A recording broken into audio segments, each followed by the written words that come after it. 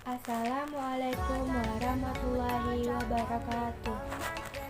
Halo teman-teman, saya Esitri Emerada dari Sistem Informasi STEMIK Amik Riau ingin menjelaskan tugas User Interface dan User Experience dengan dosen pengampu Dwi Haryono MKOM. Baiklah, tugas yang pertama yaitu salah satu contoh dari generasi komputer, bagaimana generasi teks mode beralih ke grafik user interface. Generasi komputer yang menggunakan grafik user interface yaitu generasi keempat pada tahun 1980 sampai tahun 2000.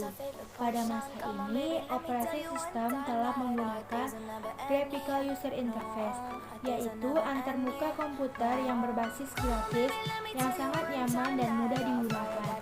Pada masa ini juga dimulai era komputasi terbesar, di mana komputasi tidak lagi berpusat di satu titik, tetapi dipecah di banyak komputer sehingga tercapai kinerja yang lebih baik. Sedangkan generasi komputer yang menggunakan teks mode command line interface yaitu pada generasi pertama hingga generasi ketiga seperti electronic numerical integrator and calculator dan sebagainya. Ingat dilihat di layar. Lalu beralihnya mode teks ke graphic user interface dimulai pada generasi yang pertama yaitu tahun 1945 sampai 1955, merupakan perkembangan awal komputasi elektronik sebagai pengganti sistem komputasi mekanik. Hal itu disebabkan kecepatan manusia untuk menghitung terbatas dan manusia sangat dapat mudah untuk membuat keterobohan, kekeliruan, bahkan kesalahan.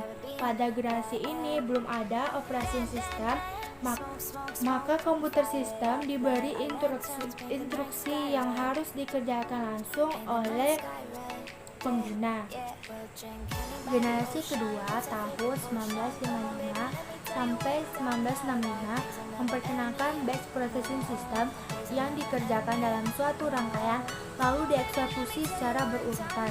Generasi ini sistem komputer belum dilengkapi operasi sistem, tapi beberapa fungsi operasi sistem telah ada. Contohnya operasi sistem ialah VMS dan IBSYS. Lalu generasi ketiga pada tahun 1965 sampai 1980. Operasi sistem pada generasi ini dikembangkan untuk melayani banyak pemakai, di mana para pemakai berkomunikasi lewat terminal secara online ke komputer. Operasi sistem multi-user digunakan oleh banyak pengguna sekaligus multi-programming dan multitasking. Lalu generasi keempat, pada masa ini operasi sistem telah menggunakan graphical user interface, yaitu antarmuka komputer yang berbasis grafis yang sangat nyaman dan mudah digunakan. Pada masa ini juga dimulai era komputasi tersebar, di mana komputasi tidak lagi berpusat di satu titik tapi dipecah di banyak komputer sehingga tercapai kinerja yang lebih baik.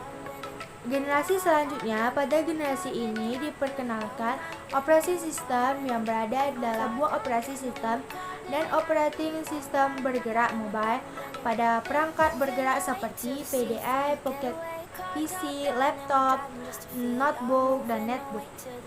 Operasi sistem jaringan virtual juga berkembang sehingga dalam satu jaringan hanya diinstal satu buah operasi sistem pada perangkat server.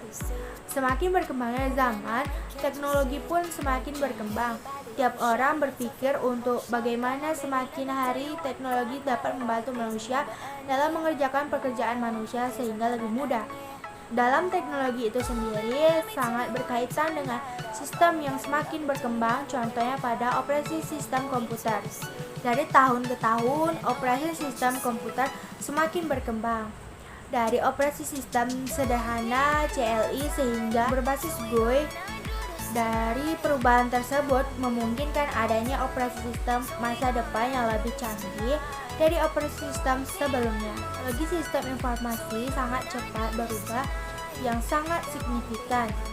Sistem operasi yang sekarang berkembang dari sistem operasi sebelumnya seperti sistem operasi DOS berkembang menjadi Windows dan dikelola oleh Microsoft, dan Unix berkembang menjadi Linux serta Android. Oke, tugas yang kedua adalah menganalisa UI dan UX pada generasi, yaitu yang pertama saya memilih hardware komputer, sistem komputer, dan aplikasi sistem. Hardware komputer, sebagian besar perangkat hardware user interface-nya cenderung lebih sederhana dan didominasi oleh simbol sehingga lebih mudah untuk dimengerti. Sebagai contoh yang paling dasar ditemui adalah user interface pada remote TV yang memiliki pad numerik, tombol volume, tombol serta tombol-tombol lainnya yang sebagai simbol fungsi. Sedangkan UX pada hardware bagaimana mampu memberikan pengalaman yang menyenangkan dan mudah dalam pemanfaatannya sehingga memiliki user engagement yang tinggi yang diukur oleh lamanya waktu yang dihabiskan oleh pengguna produk tersebut. Berikutnya adalah operasi sistem. Dalam pengembangan UI dan UX dari sebuah aplikasi di setiap operasi mobile akan sangat terasa sekali ketika UI dan UX dari aplikasi yang sedang dikembangkan salah menempatkan diri pada sebuah sistem operasi mobile.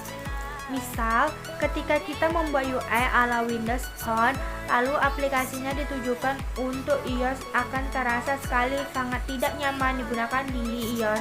Selain memperhatikan guideline dari tiap sistem operasi mobile, keterampilan mendesain grafis pun sangat penting karena desain harus bagus ditatap mata pengguna. Selanjutnya, aplikasi sistem. Pada aplikasi seluler, desain adalah hal pertama yang memikat audiens. UI atau UX memainkan peran integral dalam membantu aplikasi agar menonjol. Oleh karena itu, memiliki UI yang terintegrasi harmonis atau UX dalam aplikasi seluler tidak hanya membantu bisnis untuk menarik lebih banyak pengguna, tetapi juga meningkatkan kepuasan pelanggan. Dalam perbuatan aplikasi sistem, ada beberapa hal yang harus diperhatikan. Yang pertama, konsisten warna, font, icon simbol, dan tombol diperlukan. Tentu hal ini membuat kemudahan pengguna dalam mengoperasikan aplikasi.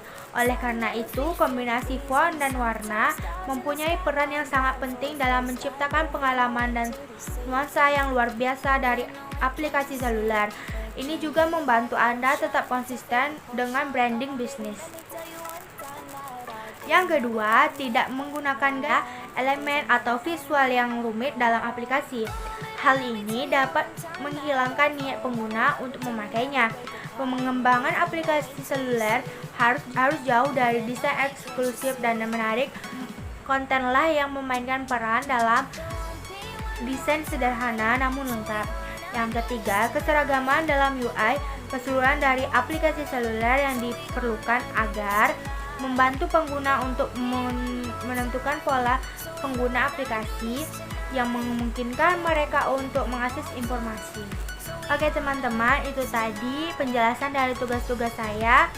Terima kasih sudah menonton. Jangan lupa tekan tombol like, komen, dan subscribe. Akhir kalam, assalamualaikum warahmatullahi wabarakatuh.